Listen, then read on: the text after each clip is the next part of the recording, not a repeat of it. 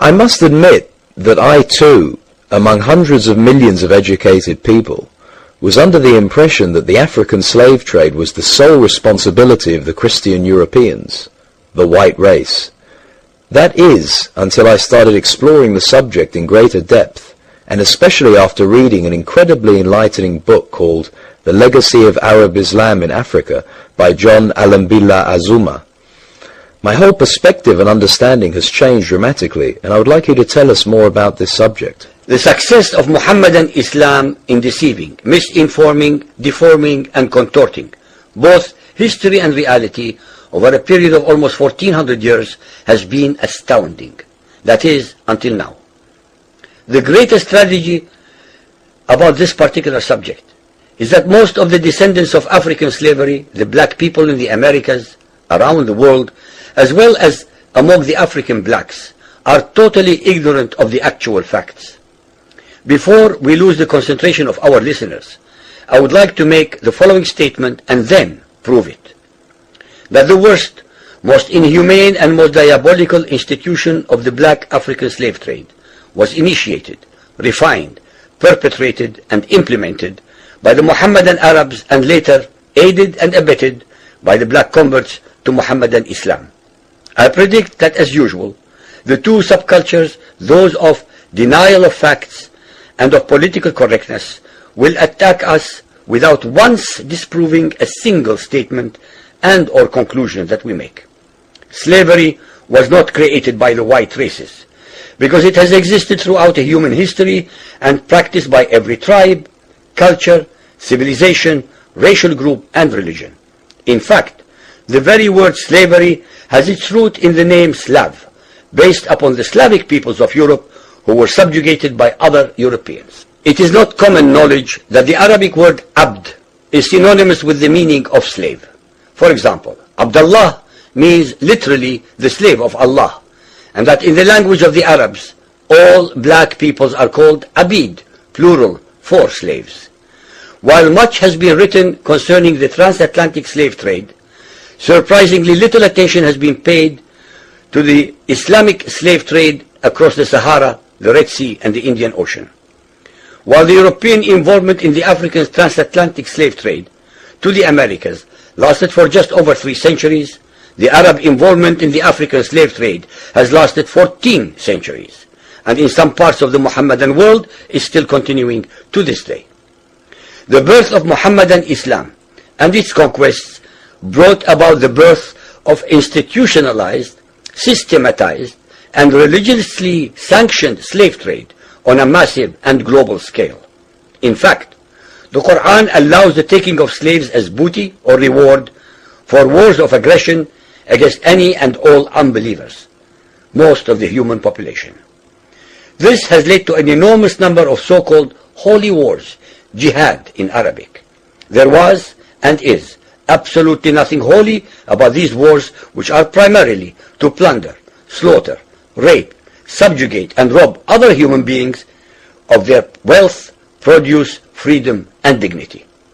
Mohammedan Muslim states and tribes attacked other non-Muslim groups to achieve these objectives. Although Islamic jurisprudence laid down regulations for the treatment of slaves, however, incredible and heinous abuses have occurred throughout the history of Mohammedan Islam. By the Middle Ages, the Arabic word abd was in general used to denote a black slave, while the word mamluk referred to a white slave. Ibn Khaldun, 1332 to 1406, the preeminent Islamic medieval historian and social thinker, wrote, "The Negro nations are, as a rule, submissive to slavery, because they have attributes that are quite similar to dumb animals." It should also be noted that black slaves were castrated based on the assumption that the blacks had an ungovernable sexual appetite. When the Fatimid Caliphate came to power in Egypt, they slaughtered all the tens of thousands of black military slaves and raised an entirely new slave army. Some of these slaves were conscripted into the army at age 10. From Persia to Egypt to Morocco, slave armies from 30,000 to up to 250,000 became commonplace.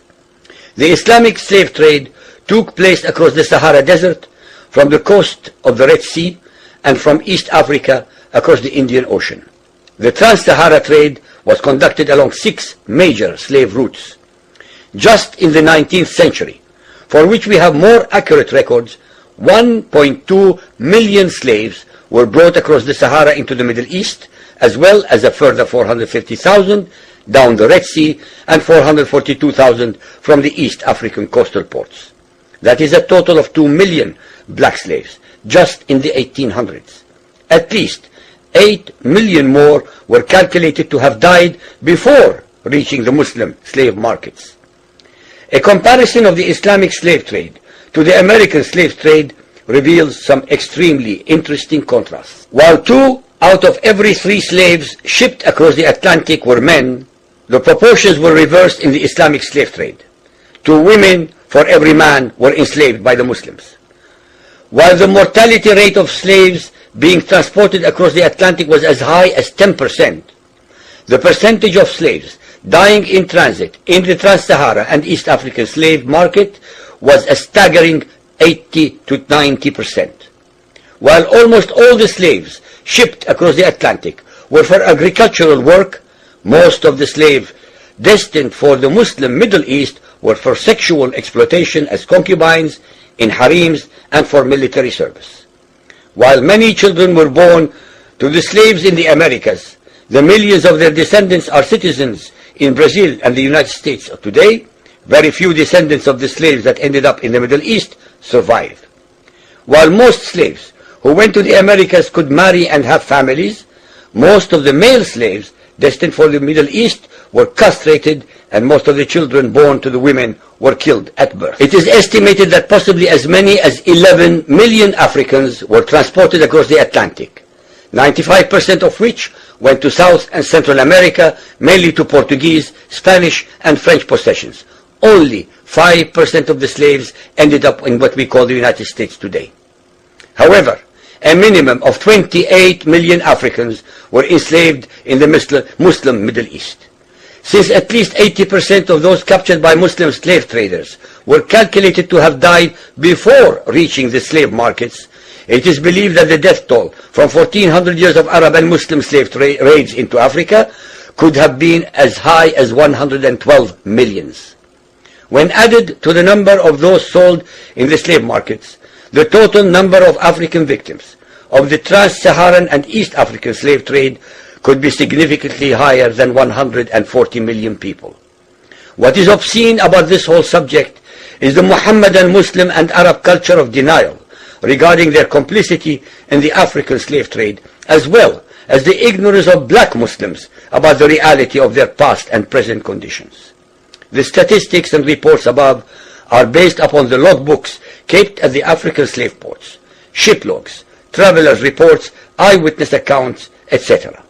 Ladies and gentlemen, the facts and reality of Muhammadan Islam's complicity in the slave trade and their inhuman depravity are infinitely more devastating, more staggering, and more incomprehensible than all the nightmare fictions in the world.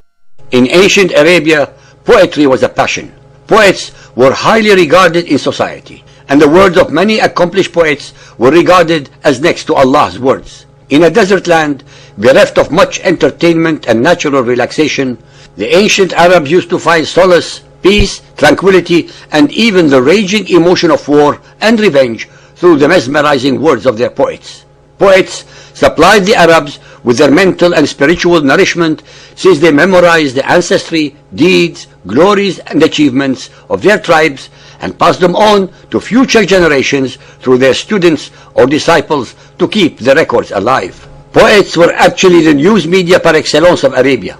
They were lethal weapons, since a very capable and articulate poet of a small tribe could elevate it in poems to levels greater than a much more powerful one. As far as our research has demonstrated, no poet in the long period of the so-called Jahiliyyah period, that is before Muhammad and Islam, was ever murdered for what he or she recited, unlike what was done by Muhammad and his followers. There were more female poets among the Jahiliyyah Arabs than during the entirety of 1400 years of Muhammad and Islam. Some of these poetesses were so formidable that Muhammad had at least 2 of them assassinated because they satirized him. The following 4 chapters are actually connected, since it was Muhammad's aggressive and piratical actions to start with that triggered the responses of some of Arabia's poets. His followers claim that Muhammad is the apostle of peace. As you all know by now, nothing can be further from the truth. These 4 chapters are just more in our series that are exposing and revealing the very sadistic and cruel nature of Muhammad.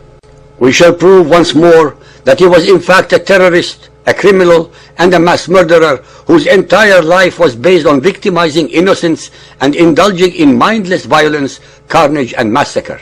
He was a man who destroyed peace wherever he went, and in his place brought terror, plunder, rape, carnage, and death. When Muhammad first started shouting from the rooftops that he alone had the divine word of Allah, the people of Mecca ignored him. However, when he began insulting and defaming the religion of the peace-loving Meccans, they couldn't take it anymore and tried persuading him to stop. Muhammad the coward was too scared of the growing hostility against him, and knowing full well that his Allah could not strike down the Meccans, he crept out one night and fled for his life. Ever since that incident, Muhammad was determined to take revenge on them. He escaped to Medina, which had a sizable Jewish population, and started plotting his revenge with a small gang of criminals. This was the beginning of Muhammad's trail of violence, hatred, and bloodshed that would soon destroy all that was decent in the culture of Arabia. The Medina became the headquarters of the first organized crime syndicate in history. As we have shown in several of our chapters,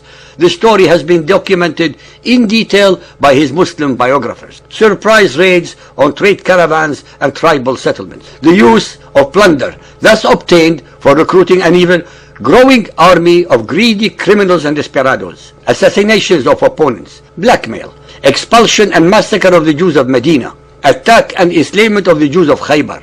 Rape of women and children. Sale of these victims after rape. Trickery, treachery, and bribery employed to their fullest extent to grow the numbers of his version of Islam. He organized no less than 86 expeditions, 26 of which he led himself without participating in the fighting. The motives of the converts to Muhammad and Islam was never in any doubt. D.S. Margolius states in his book, Muhammad and the Rise of Islam, of any moralizing or demoralizing effect that Muhammad's teaching had upon his followers, we cannot say with precision. When he was at the head of the robber community, it is probable that the demoralizing influence began to be felt. It was then that men who had never broken an oath learned that they might evade their obligations, and that men to whom the blood of their clan had been as their own began to shed it with impunity in the cause of Allah, fi sabilillah. That lying and treachery in the cause of Islam received divine approval. It was then too that Muslims began distinguished by the obscenity of their language. It was then too that the coveting of goods and wives possessed by non-Muslims was avowed without discouragement from the Prophet. The details of this criminal onslaughts in the form of piratical skirmishes and assassinations are chronicled in these chapters in a chronological manner. Please note that every time the Apostle of Peace committed one of his criminal acts, he always justified the crime by quickly claiming a divine revelation which conveniently removed the blame from his bloodied hands. These made-to-order surahs we shall recite after the description of the incident. Believers and unbelievers, be aware of the most important of all facts, that all the reports that we are going to recite to you are one-sided, since they were written by the victors, the Muhammadan Muslims. No one has any record of the victim side. Nonetheless, these records show clearly and without pulling any punches the true character of Muhammad and his followers. 1. The massacre of unarmed merchants during the sacred month of Rajab, 623 AD at Nakhla. 4 unarmed merchants were traveling to Mecca to sell their goods consisting of resins, honey, and animal skins. It was the holy month of Rajab, which was considered sacred for trade in Arabia. It was a point of honor that any form of warfare or violence was strictly forbidden in this month. Muhammad's gang attacked the helpless men from behind and stabbed 2 of them to death. They plundered all the goods as booty, and Muhammad got 1/5 of the share. This shows the utter lack of morals or scruples on Muhammad's part. the Prophet of Islam did not possess a shred of pity or kindness, or the slightest sense of justice. He cold-bloodedly murdered two innocent people who had never done him any harm and did not even know him. All this was done in a month that the Prophet himself declared was a sacred month in which no warfare should take place. Muhammad was obviously motivated by nothing but hatred and greed. Conveniently, divine revelations came down from Allah that absolved him of all the guilt. Al-Baqarah 2.216. Warfare is ordained for you, though it is hateful unto you. But it may happen that you hate a thing which is good for you, and it may happen that you love a thing which is bad for you. Allah knoweth, you know not. Here Muhammad is completely removing all blame from himself for having started the fighting. The most insidious and devilish implication of this verse is that Allah is completely justifying and sanctioning Muhammad's murder of the innocent Meccans. Over and above this, Muhammad is conveniently implying that warfare is hateful to him, but that he instigated it because it was ordained by Allah. What moral sacrifices the Apostle of Peace had to make. Number 2. Slaughter of the Meccans who came to defend their caravan. March, Ramadan 623. The well of Badr. The merchandise being carried by this caravan was worth more than 50,000 gold dinars. Muhammad ganged up all the criminals of Medina and set out to raid the caravan with 300 men. The Meccans got word of the raid and sent out an army to protect the caravan. Throughout the entire battle, Muhammad cowered in a hut which his men made for him. There he cried and prayed with feverish anxiety. At one point, he came out of the hut and threw pebbles in the enemy's direction, screaming, "Let evil look on your faces, and by him who holds my soul in his hands, anyone who fights for me today will go to paradise." The Muhammadans killed over 200 and took 70 prisoners. All 70 of the prisoners were ransomed, and any prisoner who did not fetch a ransom had his head chopped off. Muhammad was gratified at the sight of his murdered victims. After the battle, he sent his followers to look for the corpse of Abu Jahl, one of the Meccans who had criticized him openly. When his corpse was found, they cut off the head and threw it down at Muhammad's feet. The Apostle of Peace cried out in delirious joy, "Rejoice! Here lies the head of the enemy of Allah. Praise Allah, for there is no other but He." Muhammad then ordered a great pit to be dug for the bodies of the innocents to be dumped. The Muslims then proceeded to hack the corpses' limbs into pieces. As the bloodied mass of bodies was being thrown into the pit, a feverishly excited Muhammad shrieked, "O people of the pit, have you found that what Allah threatened is now true? For I have found that what my Lord promised was true. Rejoice, all Muslims." One of the prisoners taken was defiant and Nadir ibn al-Harith, who had earlier taken Muhammad's challenge of telling better stories than him. Muhammad ordered Ali to strike off Nadir's head in his presence, so he could watch and exult in the pleasure of beheading the man who had insulted him. Another prisoner, Uqba ibn Abi Mu'ayt, was decapitated in front of Muhammad. Before being killed, the prisoner cried out pitifully, "O Prophet, who will look after my children if I should die?" The great Prophet of the religion of peace coldly spat out hellfire as the blade came down and spattered his clothes with Uqba's blood. This time, Muhammad needed a revelation that would not only absolve him of all the guilt of murdering so many innocent people, but also give him the divine right to get a huge share of the plundered booty. Quite a few revelations magically appeared after the Battle of Badr. Al-Anfal 8.65. O Prophet, exhort the believers to fight.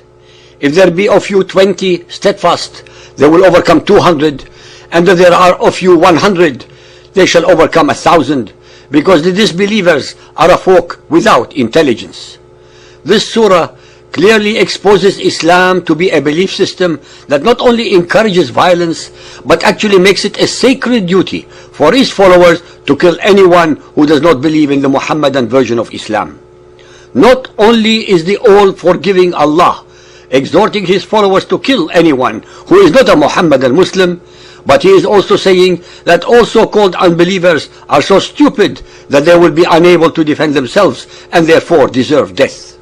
Al-Anfal 8.67. It is not for any prophet to have captives until he hath made slaughter in the land. You desire the lure of this world, and Allah desires for you the hereafter, and Allah is mighty, wise. Now enjoy what you have won as lawful and good, and keep your duty to Allah. Lo, Allah is forgiving, merciful. This verse is in reference to the prisoners that Muhammad held for ransom after the battle. Allah the Merciful is saying that they should all have been killed.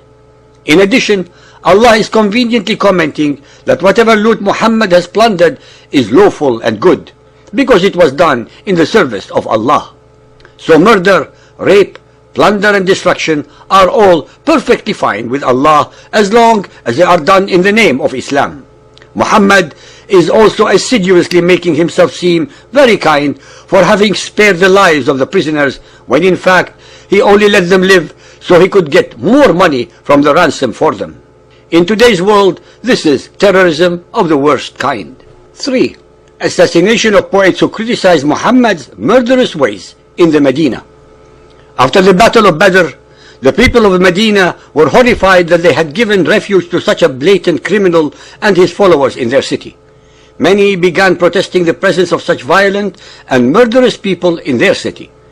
In a free society like pre-Islamic Arabia, the poets acted as society's conscience and were free to criticize, satirize, and examine the actions of people. The two most famous poets of this kind were Abu Afaq, an extremely old and respected poet, and Asma bint Marwan, a young mother with the gift of superb verse. Muhammad was enraged at their criticism. When he heard the verses composed by Asma bint Marwan, he was infuriated and screamed aloud, "Will no one rid me of this daughter of Marwan?" That very night, a gang of his followers set out to do the dirty deed. They broke into the poet's house. She was lying in her bedroom, suckling her newborn child, while her other small children slept nearby. The Muslims tore the newborn infant off her breast and then stabbed her to death. After the murder, when the Muslims went to inform the Prophet of Islam, he said, "You have done a service to Allah and His Messenger. Her life was not worth even 2 goats." A month later, the distinguished and highly respected Abu Afaq, who was over 100 years old and renowned for his sense of fairness, was killed brutally in the same manner as he slept. Once again, the Prophet of Islam had commented that morning, "Who will avenge me on this scoundrel?" This shows us exactly how much the tolerant and peace-loving Muhammad respected life. His followers claim that Muhammad was extremely gentle and loved children. Indeed, the horrifying way he had Asma bint Marwan's 5 infants slaughtered certainly attests to this loving side of Muhammad. All the Jews were becoming increasingly dissatisfied and angered at the deeds of the Muslims. The Jewish tribes were peace-loving, hard-working tradespeople whose purpose in life was to earn a decent living through honest means and hard effort. They were perfectly content with the religion of their forefathers and had never anticipated that the man to whom they had given shelter so graciously would turn into the power-crazed monster who was now turning around to attack them. Muhammad was in the position to carry out his hidden ambitions, which became clear soon enough. With the utmost disregard for all human morality, ethics, or respect for a human life, the Prophet of Islam systematically targeted and slaughtered the very Jews of Medina who had helped him when everyone else in Arabia was kicking him like a mad dog. He was motivated by these primary reasons: his fanatic greed for all the wealth that had been created by blood, sweat, and toil of the Jews. Our listeners should be made aware that for most of his adult life, Muhammad was not employable and unemployed, and hence coveted the wealth and produce of others. The Jews were the biggest obstacle in his plan to subject all of Medina, so they had to be removed by any means possible. His fear of all other religions. Muhammad was a pathological narcissist, a delusional megalomaniac, meaning he believed that he was the supreme ruler of the world. Anything that threatened this sick fantasy of his had to be exterminated. Since the religion of the Jews rejected his pathetic claims to divine rule, they were the targeted victims in Medina, just as the polytheist Arabs had been his victims in Mecca. The incidents narrated below demonstrate the horrific depth of Muhammad's atrocities. Keep in mind that Muhammad is the model of good Islamic behavior, and you will realize how Muhammad and Islam advocates genocide in the name of their cult belief system. 4. The siege of the Banu Qaynuqa, April 623 AD in the Medina. In order to get full control of the Medina, Muhammad needed to get rid of all his opponents. The strongest of these opponents was Abdullah ibn Ubay, a powerful chief who was allied with the Jewish tribe of Banu Qaynuqa. This tribe was also the weakest because they were made up of craftsmen, in particular goldsmiths. By attacking them, Muhammad knew he could plunder a huge amount of wealth and weaken Ibn Ubay. Muhammad needed an excuse to attack them, so he made a girl married to one of his followers pretend that she had been teased by the Jews. The Muslims blockaded the fort of the Banu Qaynuqa for 15 days until the starving Jews surrendered. Immediately, Muhammad was ready to kill them all, but Ibn Ubay seized hold of Muhammad and protested. Muhammad's face became black with rage as he shouted, "Let go of me!" But Ibn Ubay was adamant and shouted back, "No, by Allah, I will not let you go until you deal kindly with my allies. 400 men without armor and 300 with, who have always supported me against enemies. And you want to slay them all in one morning? By Allah, if I were in your place, I would fear a reversal of fortune." At this threat, the cowardly Muhammad turned pale as he realized that all the people of Medina were against him. He hit Ibn Ubay on the face and ordered that the Jews be kicked out of their own homes. All their property was seized and looted. Many of the prettiest women were taken as prisoners to become sex slaves. Muhammad, as usual, kept 1/5 of the enormous booty for himself. This is the way he repaid the kindness of the Jews of Medina, who had given him shelter and refuge when Muhammad had run away from Mecca in fear. The revelations in the 8th surah of the Quran were clearly in reference to the Banu Qaynuqa and anyone who opposed the Muslims. Al-Anfal 8.55. Lo, the worst of beasts in Allah's sight are the ungrateful who will not believe. Those of them with whom you made a treaty, and then at every opportunity they break their treaty and they keep not duty to Allah. If you come to them in the war, deal with them so as to strike fear in those who are behind them, so that they may be remembered. Here Muhammad's acts of planned terrorism against the Jewish tribe is justified by Allah, because according to the merciful Allah, non-Muslims are the worst of beasts.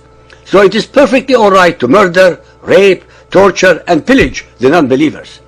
Not only that, but Allah is advising Muhammad and the Muslims that when anyone protests against the injustices committed by Muslims, the Muslims should make sure and deal with them with such violence that it will strike fear among anyone who may think of supporting dissent. This proves that the Quran is nothing but a political manual for controlling people with terror. Not even the fascist armies of Hitler engineered such devilish ideas. 5. The Battle of Uhud, 625 AD. The people of Mecca were outraged at the massacre and the subsequent mutilation of their kinsmen in the Battle of Badr by Muhammad and his army. They had to fight back in order to defend themselves, so they gathered up an army and set out on the march to Medina. Muhammad set out with his motley crew of hundreds of pirates of the desert. When Muhammad tried forcing the Jews of Medina to join him, they adamantly refused, knowing fully well the true character of the tyrant. Muhammad and his men camped on the slopes of Mount Uhud above the camp of the Meccan army. With his usual insidious manner, Muhammad planned to attack before dawn as the Meccans were asleep. The Muslims were too incompetent to implement even this plan properly and ended up alerting the Meccans during the surprise attack. At this point, the Meccans gathered up their weapons and engaged the Muslims in full combat. Muhammad, as usual, cowered in the background, surrounded by his bunch of bodyguards. From time to time he would scream out, "Who will become a martyr for Allah? And which of you will sell himself for us?" exhorting his army with promises of paradise if they fought for him. The Muslims this time, however, were no match for the Meccans. Most of them started running for their lives by clambering up the sides of Mount Uhud, at which Muhammad started swearing like a madman. It was only by a stroke of good luck that Muhammad survived. His army was badly defeated, and the people of Medina started asking that if this man was indeed a messenger of Allah, then why had Allah not given the Muslims victory? To make up for the extreme embarrassment of this defeat, Muhammad came up with more divine revelations that were obviously excuses for the thorough thrashing that his men and ego had suffered at Uhud. Muhammad was so obsessed with his own sense of self-importance that he made any action that went against his power a crime. Any Muslim who did not treat Muhammad like Allah would be punished severely. The 3rd chapter of the Quran is full of these references to the Battle of Uhud. Al-Imran 3.140. And if ye have received a blow, the disbelievers have received a blow the like thereof. These are the vicissitudes which we cause to follow one another for mankind, to the end that Allah may know those who believe and may choose witnesses from among you. Here Muhammad's Allah is conveniently making excuses for the severe defeat of the Muslims by saying that although they suffered huge losses, the Meccans also suffered losses. In addition to this, Allah conveniently bails out Muhammad yet again by explaining away the total decimation of the Muslim army with the excuse that it was a trial for the Muslims. This surah also makes very clear the reason why Muslims everywhere bring nothing but death and destruction. The Allah of Islam is instructing his followers to prove their loyalty by going out and killing unbelievers, therefore legalizing murder and giving it divine sanction. And who are those unbelievers? Any innocent person who does not agree to Muhammad's twisted version of Islam. A belief system based upon such principles can only be embraced by people of the most inhumane, cruel, and barbarous nature. Al-Imran 3.153. When you climbed the hill and paid no heed while the messenger in your rear was calling you to fight, therefore he rewarded your grief for his grief. Here Muhammad is lashing out at the followers who dished him and ran up Mount Uhud for their lives. His ego is so deluded that in this surah he tells his followers that deserting the messenger is the same as deserting Allah. Muhammad, the slave of Allah, is thus equating himself with the supreme power itself. This is in reality one of the most despicable forms of blackmail that Muhammad used upon his followers. In short, they were told that anyone who doesn't protect Muhammad with his life will be punished by Allah in the form of his family and tribesmen being killed by divine will. 6. Murder of a poet. Among the Jewish tribe of Bani Nadir was an eminent poet by the name of Ka'b ibn al-Ashraf. He was an extremely famous and cultured poet who was considered a genius of verse. He had composed a lament about the Quraishites who had been so unjustly massacred and mutilated in the Battle of Badr. One day, Muhammad proclaimed in his usual sweet manner, "Who will rid me of the dog Ka'b bin al-Ashraf?" A certain Muhammad bin Maslama replied that he would do it, adding, "We shall have to tell lies to do it." Inevitably, Muhammad immediately gave the divine authority to lie as necessary. Needless to say, as usual, after dark, Ka'b was dragged out of his bed screaming and stabbed repeatedly by Muhammad Maslama and 3 other devout Muslims, in full view of his young wife-to-be. Muhammadan Islam triumphs once again. 7. Invasion of Bani Nadir, June 625 AD. The Jewish tribe of Bani Nadir was outraged at the assassination of the greatest poet Ka'b ibn al-Ashraf. The fact that one of the greatest literary figures of their tribe had been mercilessly murdered simply because he wrote some words that criticized Muhammad was a cause of immense rage. The sight of the wealth possessed by the Bani Nadir whipped up a frenzy of jealousy inside Muhammad. Using his usual methodology of subterfuge and deception, Muhammad claimed that Allah had revealed to him that the Bani Nadir were hatching a plot to assassinate him. The Nadir were amazed when, out of the blue, a Muslim messenger arrived at their oasis with the message from Muhammad. The message was worded in the usual brutal manner: "Leave my city and live here no longer after the treason which you have plotted against me." The Nadir, being mere civilians, decided the best thing to do was to shut themselves up in their homes and prepare to defend themselves. Immediately, Muhammad surrounded them with his army of murderers and sat down outside, protected by his usual bunch of bodyguards. When the Nadir made no move to fight, the merciful Muhammad started cutting down every single palm tree in the oasis. Ladies and gentlemen, please remember that in a desert environment like Arabia, this act was equivalent to mass murder, considering how hard it was to grow food. The Nadir could not bear to see their oasis destroyed so mercilessly and came out to surrender. Muhammad, who was still cowering behind his bodyguards, screamed out, leave this place, you have your lives. The peace-loving tribe, which had carefully tended their land and made it the oasis that it was, after centuries of hard work, were thrown out at sword point and stripped of all their belongings. They had to flee for their lives to Khaybar, another Jewish settlement, which in a future course would also be destroyed by the Apostle of Peace. All the rich booty and the land was grabbed by the plundering Muslims, but the largest amount of land and most of the loot went, as always, to the epitome of fair play and justice, Muhammad. As usual, a torrent of made-to-order divine revelations followed. Al-Hashr 59.2. He it is who hath caused those of the people of Scripture, Jews, who disbelieved, to go forth from their homes unto the first exile. You deemed not that they should go forth, while they deemed that their strongholds would protect them from Allah. That is because they were opposed to Allah and His Messenger. Whatsoever palm trees you cut down or left standing on their roots, it was by Allah's leave, in order that He might confound the evil livers. Once again, the most compassionate and merciful Allah comes to Muhammad's rescue and declares that all the crimes and atrocities that were committed against the innocent Bani Nadir were justified by the divine word of the all-merciful Allah. Not only that, but Allah decrees that the Jews deserved to be thrown out of their homeland simply because 1. They were not Muslim, 2. They were opposed to Muhammad. The fact that he mercilessly assassinated their innocent poet for daring to criticize him is ignored. 3. They were on prime land and had a huge amount of wealth which Muhammad lusted for. Over and above this, cutting down palm trees was considered a capital crime by the Arabs. So Muhammad had to have Allah give him a nice and tidy excuse for having committed this atrocity. Lastly, Muhammad is making it very clear here as to who is the boss. If anyone opposed Muhammad, it meant he opposed Allah, and all Muslims had to kill anyone who opposed Allah. So the final equation remained the same. Muhammad and Allah are on the same footing. Again, we have come a full circle to the fundamental and central guiding principles of Muhammadan Islam: intolerance, hatred, murder, and brutality.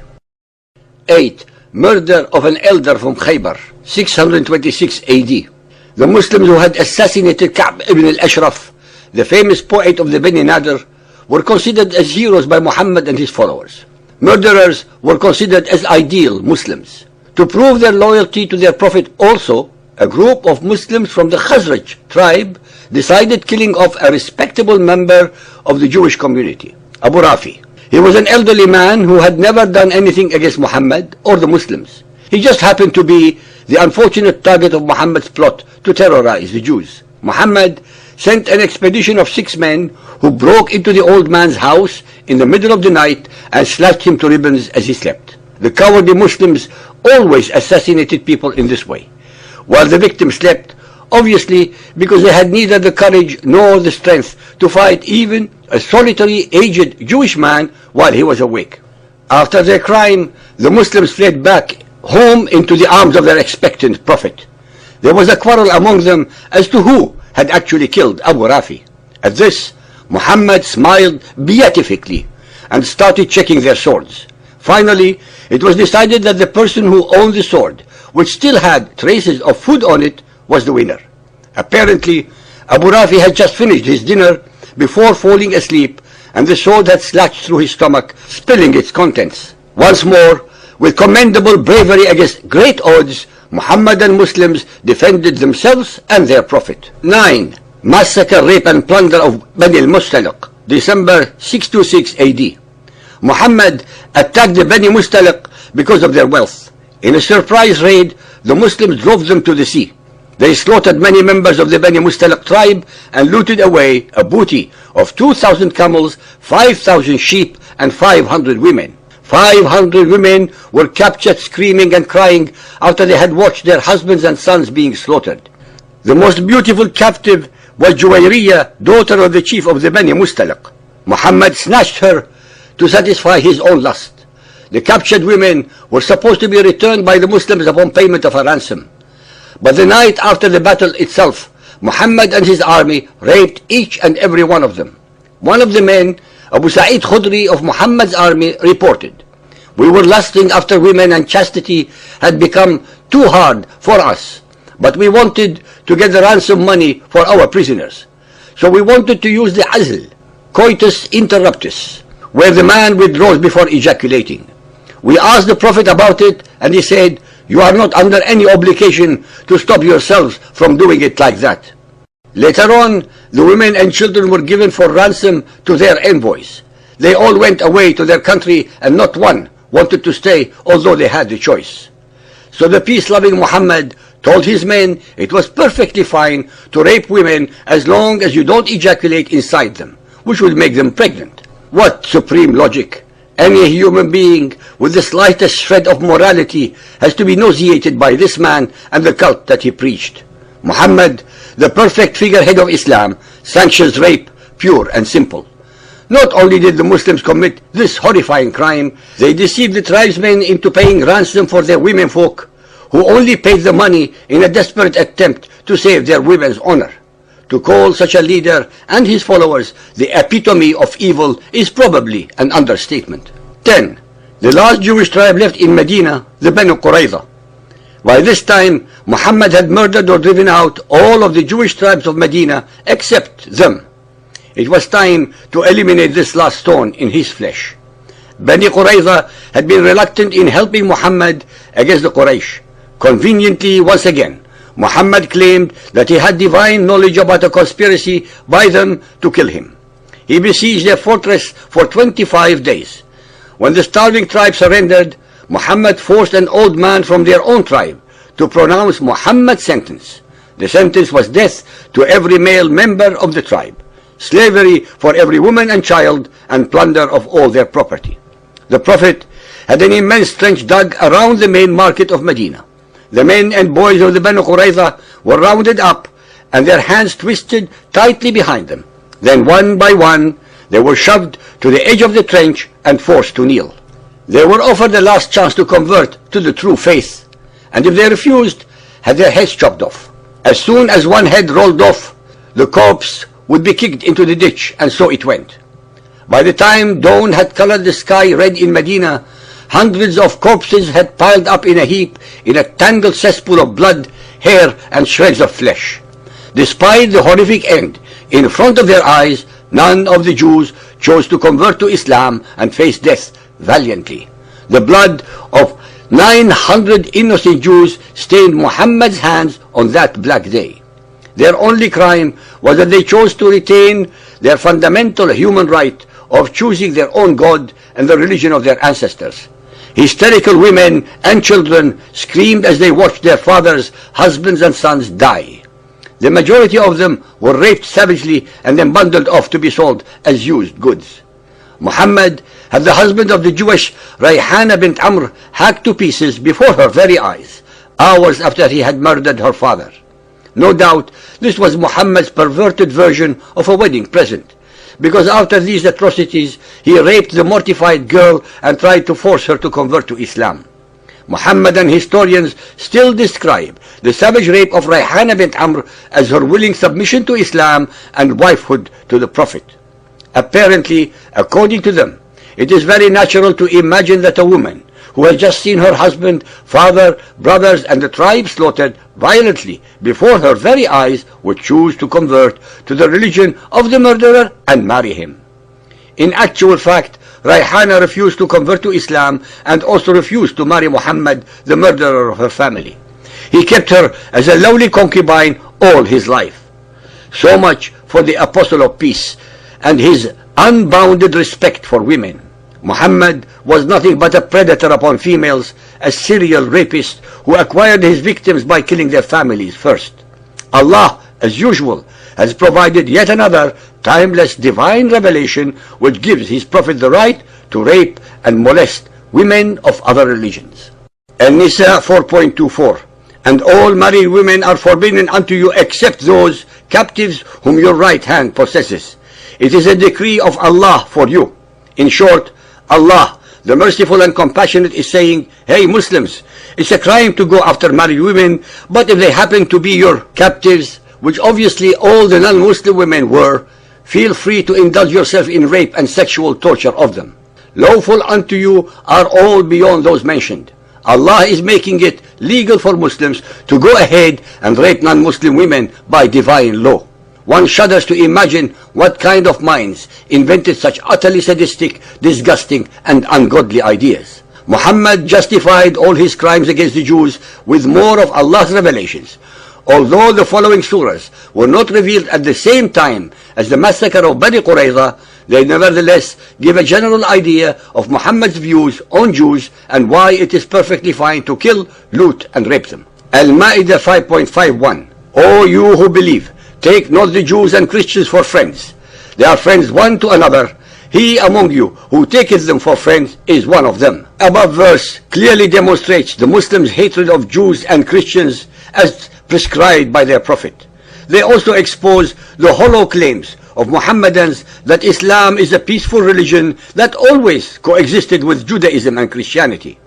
The innumerable unwarranted massacres of Jews by Muhammad tell the story in the clearest terms. These historical events form the basis of the Islamic code of behavior. Therefore, the genocide of Hindus, Christians, and Jews by Muslims all over the world should come as no surprise whatsoever. Even after the passage of 1400 years, in this 21st century, the fundamentalist followers of Muhammad are more than happy and willing to drag the whole of humanity into the abyss and depraved cult of Muhammad, using Muhammad's methodologies of lies, deception, terror, hate, discrimination, and slaughter to obtain their agenda. They cannot change because their Quran and Muhammad's Sunnah prohibit them from ever getting rid of the virus that has infected their brain. It is up to the remainder 80% of humanity, the so-called unbelievers, to quarantine them, re-educate them, and using all the instruments of our laws to deal with those amongst us who want to harm us.